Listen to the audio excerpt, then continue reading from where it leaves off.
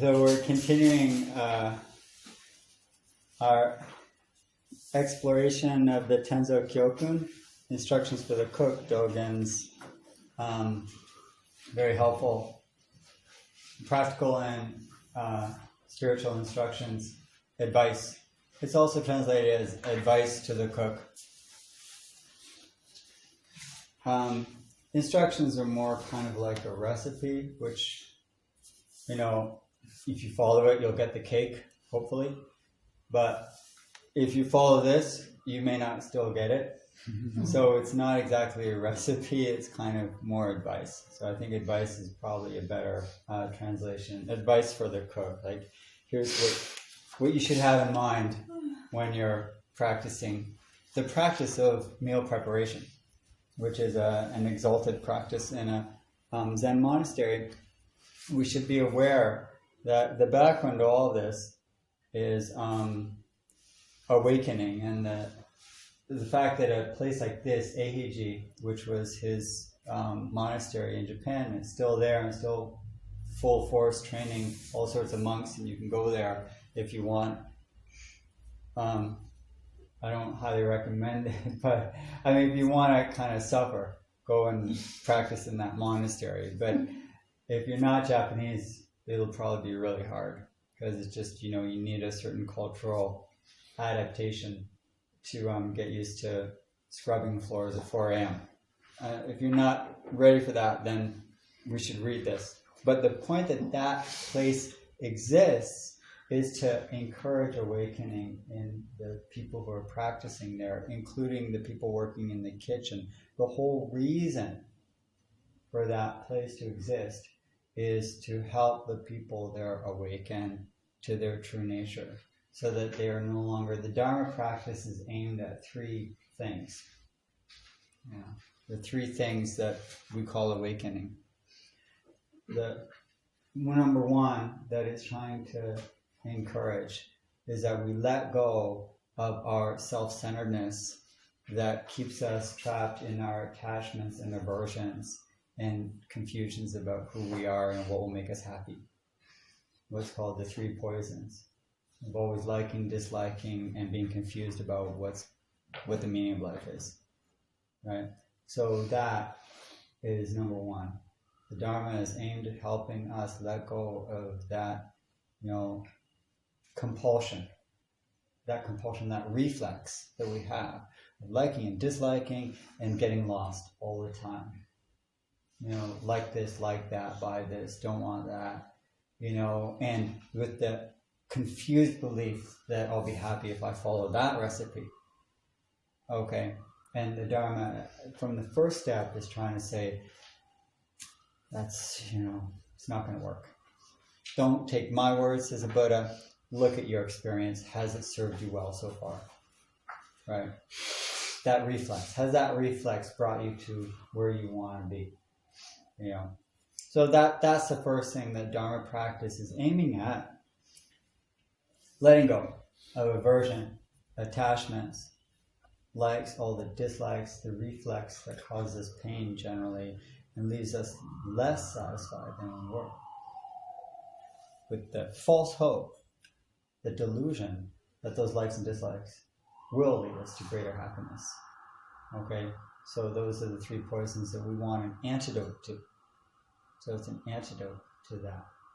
That's the letting go aspect. That's number one. When we talk about being awakened, being enlightened, it involves three things. Number one is that. Okay? Number two, when you're not lost in all your thoughts and beliefs about what will make you happy and unhappy, okay, you have more space, meaning you're not so self-centered. Is that story of the teacup. When the teacup is full of the Zen master who pours the tea in the cup and it spills over, and the student says it's full, and the master says, yeah, like your mind, there's no room for anything else. So when we can let go a little bit, we have more space to let in. So the second aspect of awakening is the letting in, is creating space for the world to be as it is, and to really engage and to touch base with your experience. That's what we call being present. Being present is really exploring the meaning of life as it's lived, right? Not in a concept or an opinion, But as you experience it, the meaning is now. So that's number 2 when we call awakening, is what it means to really be here alive in this moment. And you can only do that when you clear away some of the cobwebs of your old attachments. Right? That's just like a veil over your senses. Lift that veil and touch ground. When the Buddha was awakened, then the last thing Mara, the kind of spirit of attachment, asked him was, who's your witness? Who's going to believe you? And the Buddha touched the ground, according to the story. Okay, the Buddha touched ground and said, the earth is my witness. Right? That was the, here and now. I'm not proving it. I'm not basing it on past. I'm not relying on my past successes or my future goals. Those are all fine and well as memories and hopes. But the earth is my witness. Like, it's what I touch here that is the place of my realization. Okay? It's not going to happen in your future. Enlightenment will not happen in your future. It simply won't. I'm sorry to let you know that. And Paul Brenner. It won't, because there is no future. And if it happened in the past, it's gone. It's now a memory. That memory may motivate you, right, to work harder in the present so that you can realize what you realize in those moments here and there. But how do we make those random moments into an intentional path? All of you are here and practicing because you've touched base and you've touched that ground of awakening at different times in your life. Otherwise, you just think, like, why am I doing this? Because it does cultivate that awareness. And you've had that. And that memory serves you so that you can keep practicing when it seems so far away. So yeah, memory of past awakenings do help. But they're not a substitute for the work you need to do now and the ground you need to walk on this moment. So that's number 2. We're letting go of all of our, self-centeredness, which creates space so we can let in our present experience. Yeah? And what does that do? That leads to the third thing. All right? When you have less self-focus and you have more openness to reality, it simply realizes how connected we are to this world. It's no longer that separateness. The wind touches us. We are part of that wind. The sound of the leaves are not a distant experience, and the people around you are not separate beings. Right?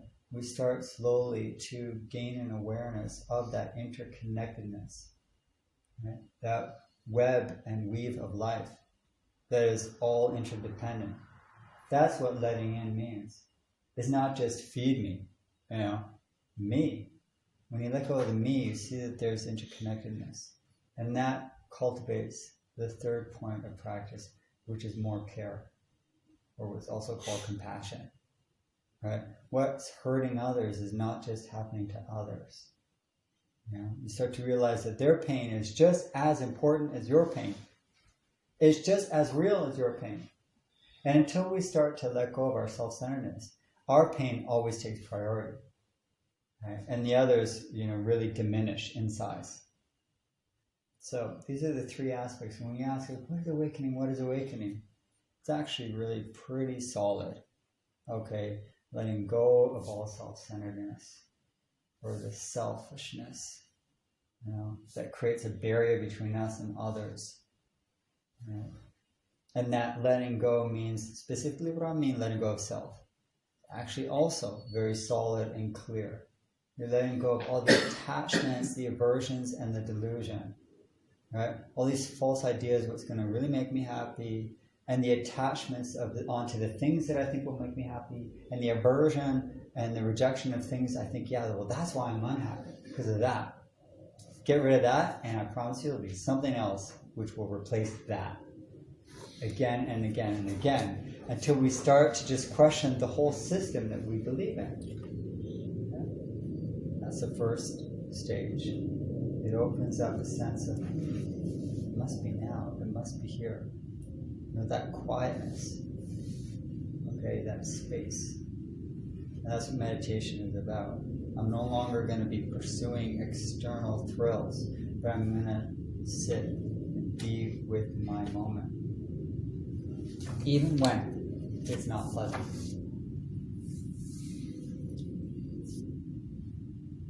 And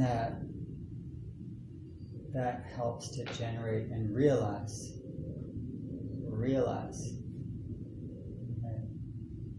the connections we live moment by moment. Why is it really related to the breath? Why is it focused often on the breath? Because the breath is a physical manifestation, a physical expression of the connection between inner and outer. Right? It's not theoretical at all. You are exchanging the inner and outer moment by moment. You know, the breath is the bridge to the outside world that then becomes inner, and the oxygen actually becomes cellular. So it's not, it's physical and mental at the same time, and you're breathing in the outside, taking it in. And if the outside is polluted, you're going to be polluted too, right? So if we want to care, we need to care. If we care about ourselves, we have to care about others, even just on a breath level. So that's what awakening is, and that's what the Dharma practice is aimed at realizing and cultivating in our hearts and minds. And that's the background of the advice to the cook. Okay? That's why he's giving advice. He's saying, it's so important that you awaken to this reality. So, I think we read the first page. I'm going to try to glide a little faster. I won't read faster because I know that's not helpful. But where did we go to? We got to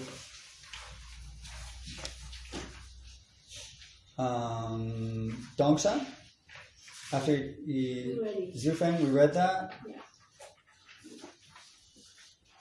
So we got to all the way down page 2. And now we stopped after the luncheon. Yeah. We said we should go study some medicine. So I think that the next paragraph is it. I remember I was here 2 weeks ago and we already read the 7th. Yeah? That's good. Let's go to page 3. If you feel like you missed anything, or you don't hear anything, just read it again. This is a type of text. I remember this is written in about 1285 or something like that. When did you say on here? No, but around that time. So if it's not immediately accessible, there's a time gap. The Tenzo supervises this personally. This is true whether the Tenzo works alone or has assistants to tend the fire or prepare the utensils. Recently, Zen monasteries have developed positions such as rice cook and soup cook who work under the Tenzo. The Tenzo is always responsible for whatever is done. In olden times, the Tenzo did everything without any assistance. In preparing food, never view it from the perspective of usual mind or on the basis of feeling tones. Taking up a blade of grass, erect a magnificent monasteries, turn the wheel of reality within a grain of dust. If you only have wild grasses with which to make a broth, do not disdain them. If you have ingredients for a creamy soup, do not be delighted. Where there is no attachment, there can be no aversion. Do not be careless with poor ingredients, and do not depend on fine ingredients to do your work for you, but work with everything with the same sincerity. If you do not do so, then it is like changing your behavior according to the status of the person you meet. This is not how a student of the way is. This is actually clear. We should be thankful. Take a blade of grass and erect a monastery. There's another place where it says you should see a blade of grass and erect a 16-foot golden Buddha. And then later on it says, and take a golden Buddha and see it as a blade of grass. This is what's called equanimity, this description here of, you open the cupboard, there's just like some rice and salt and water. You can't make a meal? You're looking down on that? You open the cupboard and you see it full of wonderful ingredients. Oh, how wonderful, I can make anything I want. That's what your happiness is based on? Yeah? Where's the equality here? Where's the intention? I always remember one time, many years ago, I was talking with the Tenzo. He wasn't called the Tenzo, but there's a well-known Lama. This is in Tushita, if anyone's been there, at the Tibetan monastery in McLeod Ganj, India. And a friend of mine, who's this Australian guy, he was asked to be the personal cook of the Lama, the high teacher called Lama Zopa. And Lama Zopa Rinpoche. And I don't think he's there. He's at Kopan now or somewhere in Nepal. But for a little while, he was at Tushita. And so for a couple of months, and he didn't have any cooking. He'd never been a Tenzo or a personal cook. And the guy before that and all the other cooks before were Tibetans. So he was really quite nervous about it.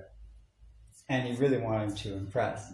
So he spent so much time going to the market and buying, the best ingredients out of his own pocket and spending hours producing this wonderful meal for Rinpoche. And he told me a few weeks into it, he overheard Rinpoche telling one of the assistants, who was a Westerner, he said, the old cook, the food wasn't so tasty. It was warm. The new cook, food is delicious, but it's cold. And that kind of just changed everything in this Tenzo, in this cook's mind. That was all he needed to hear. And that is exactly what Dogen is expressing in this paragraph. Underneath this paragraph is the question, what is your intention here? What does it mean to make a fine meal? What is a fine meal? What is a nourishing meal? And with what are you investing in? Also, did you ever see this Mexican movie called Chocolate, I think? It was like way, way long time ago or something. And the woman who was a cook, and she made meals, and I remember just this one scene where she was crying into the pot. And then when people were eating it, for some reason they just started crying, right? It's like the tears were pouring out of them. And that's like a physical kind of exhibit of what Dogen is trying to point to in his own, Zen master way.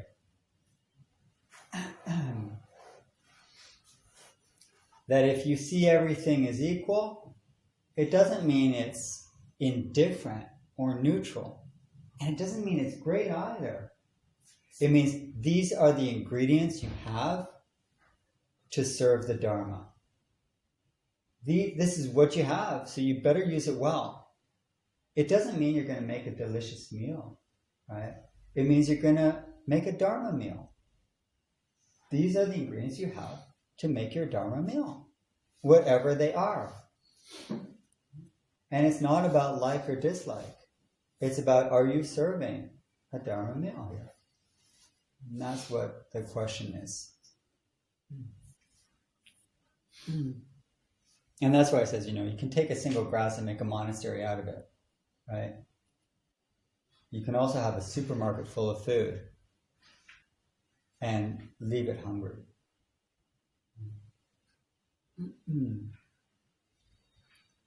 So, we're at strengthen your resolve.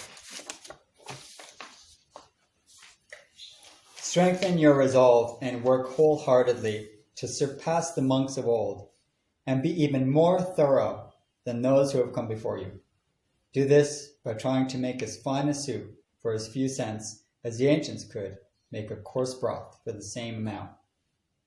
The difficulty is that present and past are separated by a gulf as great as between the sky and earth, and no one now can be compared to those ancient times. However, through complete practice of seeing the nature of things, you'll be able to find a way. That's a relief. If this isn't clear to you, it is because your thoughts speed about like a wild horse and feeling tones careen about like a monkey in the trees. Let the monkey and the horse step back and be seen clearly, and that gap is closed naturally. In this way, turn things while being turned by them.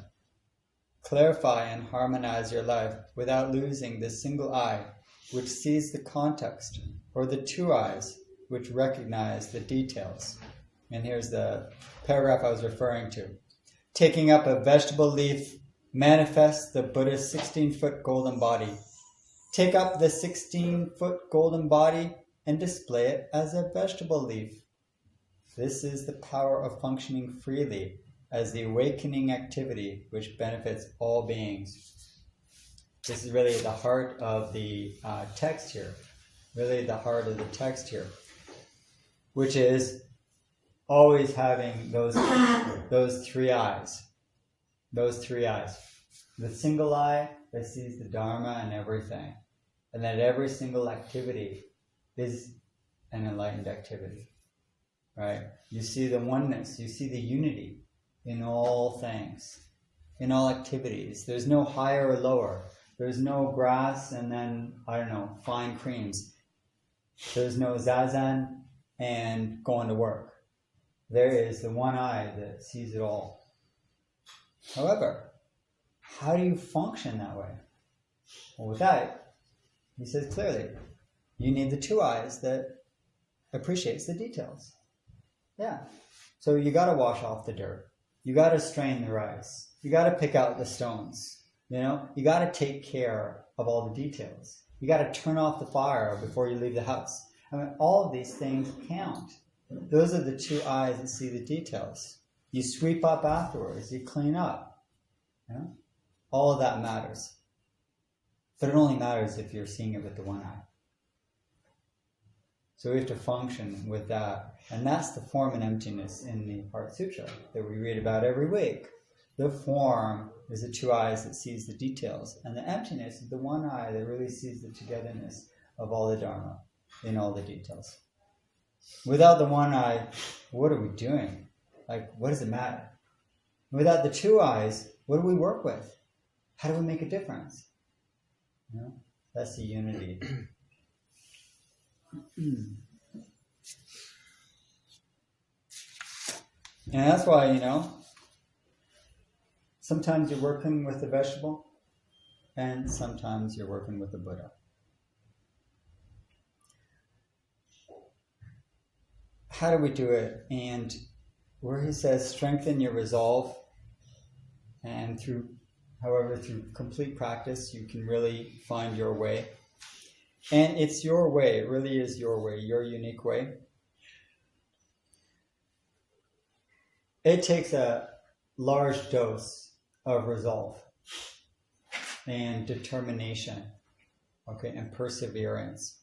There's, in Zen, it's called great zeal or determination, is one of the pillars of this practice. Because otherwise, we're going to be easily lost. I think about, I just came from, and this is a very inspiring example for me that just happened. And when you look for examples, you'll find them. I promise you, you will find inspiration all around you if you look for it. So I just came from, I was over at the college just finishing a class, and it's the end of the semester, it's the end of the year, and I give my students who are learning English, they have to give a speech at the end. They have to give a speech. And most of them are terrified of giving a speech in front of the class in English. Terrified. And so one woman asked me, she said, look, I just can't do it. Can I do it just in front of you? Like, not in front of the class. I'm like, yeah, I don't care. So it's 7 o'clock, and I'm already thinking, how long is this going to take? I got to get here. And she sits down. She takes out her page to give the speech. She's like starting, I can see the body language where she's starting to sort of almost shake.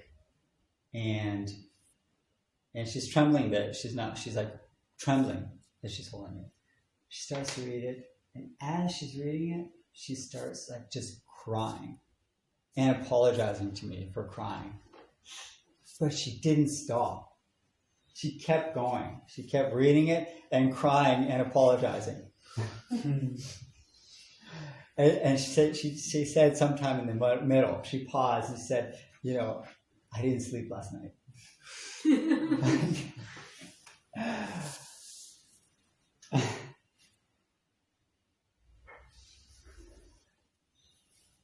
I didn't realize that was so scary. But I was just like, I was in awe. I was actually in awe. I don't think I could do what she was doing. I don't think I could. Okay? And she got through it. Felt like she did a terrible job. And I was just, you know, I was holding back my tears because I know that wouldn't help the situation.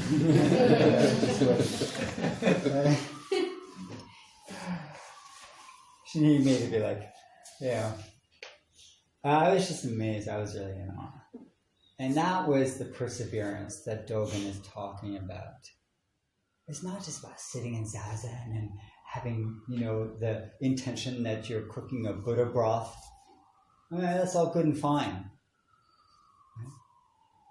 But her speech, to me alone, was an enlightened activity. Her perseverance there to overcome all her fears and doubts, and the determination to get through it, despite all the obstacles. And her speech was about having ADHD and growing up with that.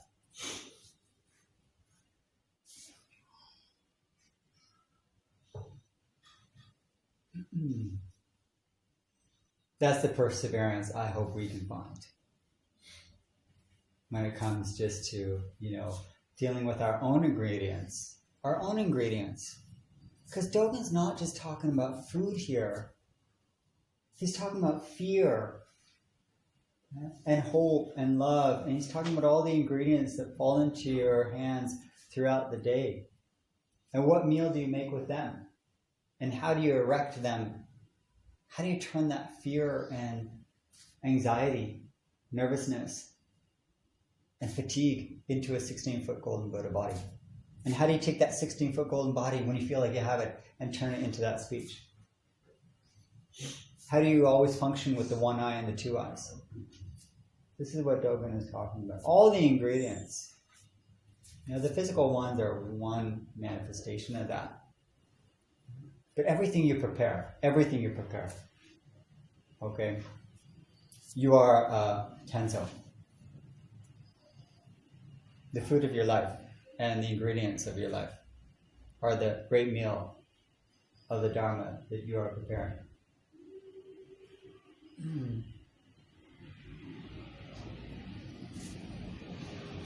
That was what nationality she was. So she was Israeli. Well, that was Israeli. Well, Israeli, but like it's split in the middle. Hebrew speakers and Arabic speakers. She happened to be a Hebrew speaker.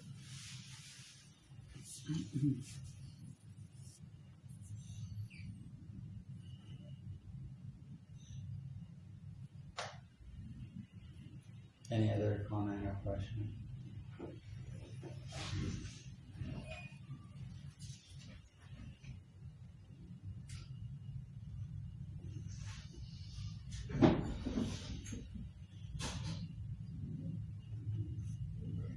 So let's end with a moment to sit, and then we'll recite the Bodhisattva chant. Another question. Did she pass? I'm